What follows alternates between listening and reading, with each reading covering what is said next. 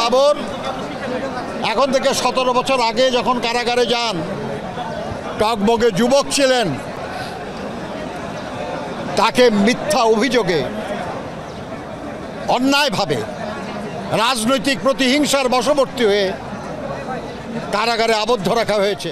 লুৎফুজ্জামান বাবর এবং তার মতো আরও যারা আমাদের নেতা কর্মী অন্যায়ভাবে কারারুদ্ধ হয়েছেন, জেল কেটেছেন, জীবন দিয়েছেন, নানাভাবে নিপীড়িত হয়েছেন, তাদের সকলের এই ত্যাগের বিনিময়ে আমরা মহান স্বাধীনতার যে আকাঙ্ক্ষা, সেই গণতন্ত্র, সেই মানবিক মর্যাদা, সেই সাম্য, সেই সবার জন্য উন্নয়ন, এটা আমরা অর্জন করতে সক্ষম হব। মাত্র 30% টাকায় জমির মালিক হয়ে নতুন বাংলাদেশের গড়ে তোলার স্বপ্ন দেখা বাংলা বসতি। এই 18 বছর যে ওনার জীবন থেকে চলে গিয়েছে সেটা কে ফেরত দিবে?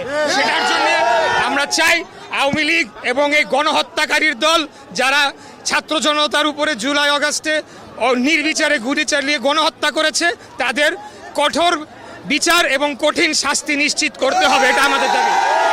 বাবর ভাই আমাদের প্রাণপ্রিয় নেতা, আমাদের ভারতী বাংলার সিংহপুরুষ, সারা বাংলাদেশের গৌরব, সাবেক সফল স্বরাষ্ট্র প্রতিমন্ত্রী জনাব লুৎফুজ্জামান বাবর ভাইকে অন্যায়ভাবে দীর্ঘ 17 বছর সেই কারাগারে রক্ষিত অবস্থায় রেখেছে শেখ হাসিনা।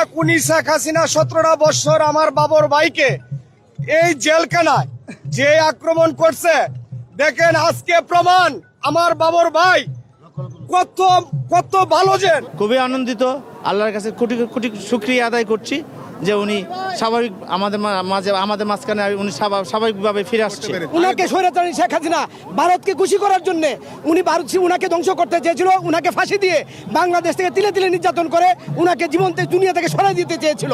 হাসিনা পুরুষের জন্য থাকে, আজকে তা প্রমাণও করেছে এবং আমরাও প্রমাণ করেছি লুৎফুজ্জামান বাবরকে এইভাবে গ্রহণ করতে পেরে। ধন্যবাদ। উনি কোনো অপরাধ করেননি, উনি কোনো দোষ করেননি, এই জন্য আল্লাহ পাক সঠিক বিচার এবং সঠিক জাজমেন্ট উনি পেয়েছেন।